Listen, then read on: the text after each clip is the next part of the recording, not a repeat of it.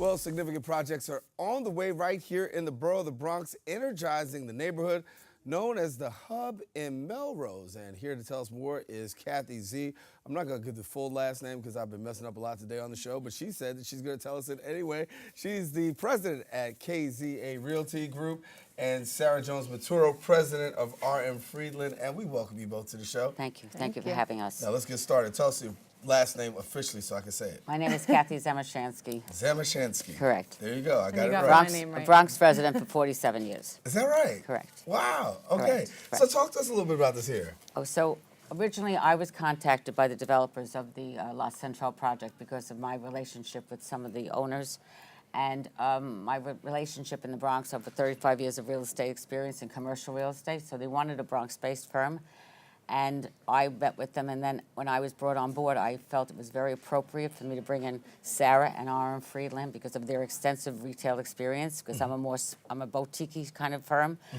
And we're in the middle of an affiliation anyway. We're about to become an affiliated firm. And so we thought that she would bring a lot of power and strength to the project. And so that's why we did this merger, and we think it's going to work very well for the project. It is working very well for the project. I have Steve Kaufman from Friedland and Mia Abu from Friedland on my team, and we are working right now on identifying retailers for the project. So talk to us a little bit about the project and what the project's going to entail. So it's about, it's actually the largest residential project underway in the hub. And it's about 1,000 units of residential, a 50,000 square foot Y. You guys are going to be there. BronxNet is going to have a state-of-the-art studio there, which you're going to have I think, a ground level studio. So it's sort of like almost like the Today Show. And an additional 20,000 feet of retail. There's also going to be amazing state-of-the-art things like rooftop farms. You're going to have, playscapes. It's really groundbreaking for the borough of the Bronx, I think. And a lot of people have heard about this. So talk to us about how long, what's the time frame, what's the expectancy here? Well, first of all, right now they started construction on building A and B, and building D, which is the commune life breaking ground building, which is the special needs housing building. That's already been under construction for a while, and we're right now working on some kind of community facility use for that particular space. The other two buildings are under construction. They're on Westchester Avenue, Bergen Brook, and 152nd Street. The plan for that is to have a sit-down restaurant in one of the buildings, and to have we're talking to medical users and a state-of-the-art supermarket, kind of greengrocer kind of thing.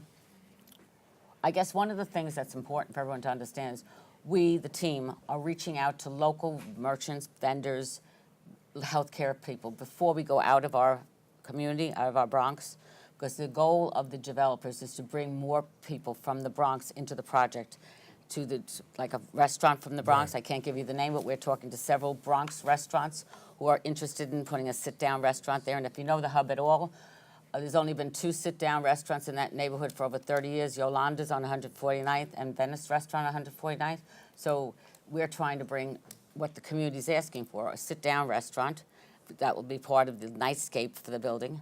And then on the retail side, we're looking at the supermarkets and we're looking at healthcare institutions. What do you think this will actually do for the borough? Because obviously this borough is filled with a lot of talent, a lot of great things. But before we leave, tell us what do you think this will do for the borough? Well, I think it's a really exciting time for the Bronx because, Brooklyn's had its time, Queens has had its time. Bronx is really being viewed as the next frontier. So this gives a deal like this gives the Bronx, I think, a tremendous amount of legitimacy. You also have Jet.com putting a huge distribution facility in the Bronx, which gives it additional legitimacy. So it's really like the Bronx is on the rise, and it's almost like a buzzword in real estate right now. Yeah. Let me add to that.